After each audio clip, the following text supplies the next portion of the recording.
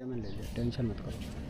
Sir ये नितिन चौहान है, ये सरोज देवी चौहान का बेटा है और इसके पिताजी का नाम चेतन चौहान है। ये बरकत नगर बी मधुबन कॉलोनी में रहते हैं और सर ये बहुत ज़्यादा पैसे वाला व्यक्ति है और राजनीतिक पावर भी इसके पास काफ़ी अच्छी है और ये सारे काम जो है उल्टे सीधे करने के लिए इस पावर का इस्तेमाल करता है।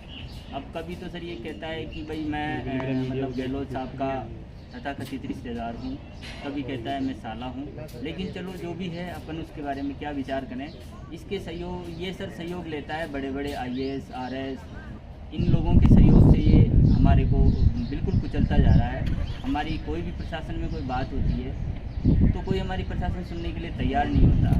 एक छोटा सा उदाहरण है, हमने हमारी पुश्तैनी संपत्ति है, पुश्तैनी संपत्ति के राजस्व रिकॉर्ड में कोई एयरफेयर सेटलमेंट के द्वारा कर दिया गया है। ये हमारी जानकारी हुई है सन 2018 में। हम सर इससे इसका रिकॉर्ड निकाल के और फिर हमने उसका जो राजस्व रिकॉर्ड में जो खामियां थी उसको दुरुस्त कराने के लिए SDM कोर्ट के वहाँ गए।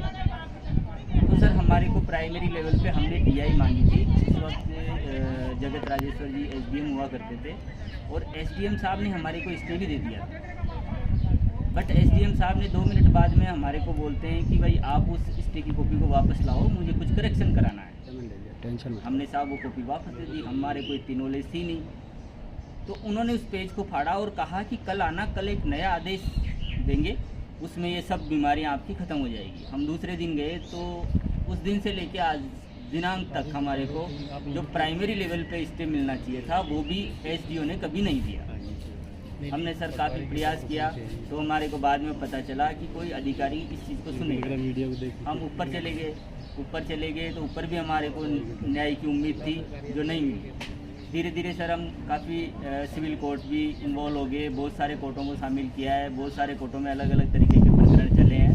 उस वक्त कोई CMO में मतलब माली समाज से एक अधिकारी हुआ करते थे, उनका नाम देवाराम सैनी कुछ करते।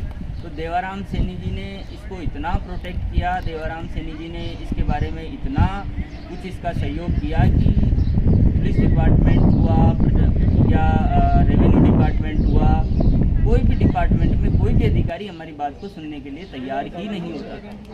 एक छोटा सा उदाहरण है सर कि मेरे पास फोन आता है IPS अधिकारी जिनका नाम